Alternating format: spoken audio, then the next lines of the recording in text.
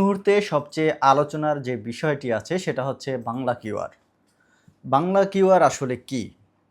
Bangla QR হচ্ছে একটি payment system mobile ব্যাংকিংয়ের মাধ্যমে আমরা যখন কোনো শপ বা কোনো দোকান থেকে যখন কোনো পণ্য কিনি, সেই পণ্যের দামটা পেমেন্ট করার জন্য আমরা অনেক সময় রকেট, বিকাশ, নগদ থেকে পেমেন্ট করি অথবা কোনো ব্যাংক অ্যাকাউন্ট থেকে পেমেন্ট করি। তবে কথা হচ্ছে আমি যে মাধ্যম থেকে পেমেন্ট করতে চাই, সেই দোকানের বা সেই শপের বা সেই শোরুমের একই পেমেন্ট সিস্টেম থাকতে হবে। অর্থাৎ আমি যদি নগদ থেকে পেমেন্ট করতে চাই তার নগদ থাকতে হবে। আমি যদি ডাচ বাংলা থেকে পেমেন্ট করতে চাই তার ডাচ বাংলার কিউআর থাকতে হবে অথবা পেমেন্ট সিস্টেম থাকতে হবে।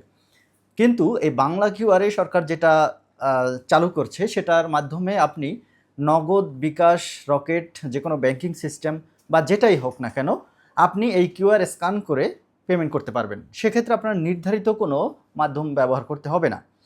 তবে সবচেয়ে বেশি ইম্পর্ট্যান্ট যে বিষয়টা সেটা হচ্ছে তাহলে এই যে পেমেন্টটা করব এখানে কি আমার অতিরিক্ত চার্জ নিবে কি না? না, গ্রাহকের কাছ থেকে অর্থাৎ আমরা যারা খুচরা ক্রেতা আছি আমাদের কাছ থেকে কোনো বাড়তি চার্জ নেবে না। আমরা যদি ১,০০০ টাকার পণ্য কিনি সেক্ষেত্রে ১,০০০ টাকাই আমাদের অ্যাকাউন্ট থেকে কেটে নেবে।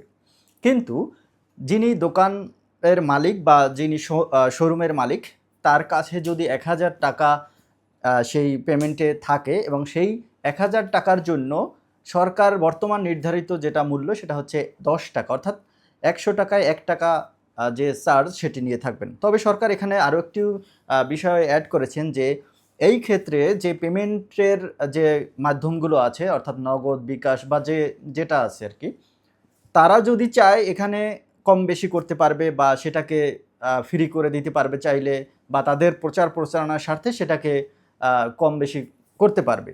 তো এই ছিল একটা কিউআর সিস্টেম। অর্থাৎ আমরা এতদিন বাহিরে যে বিষয়টি জানি যে কিউআরের মাধ্যমে পেমেন্ট করা বা যে অ্যাকাউন্টেই আপনার টাকা থাকুক না কেন, এখন থেকে খুব সহজেই এই বাংলা কিউআর স্ক্যান করেই আপনি আপনার পেমেন্ট দিতে পারবেন। সুতরাং বলা চলে যে ডিজিটাল সিস্টেমের একটি অন্যতম উদাহরণ হচ্ছে এই বাংলা কিউআর।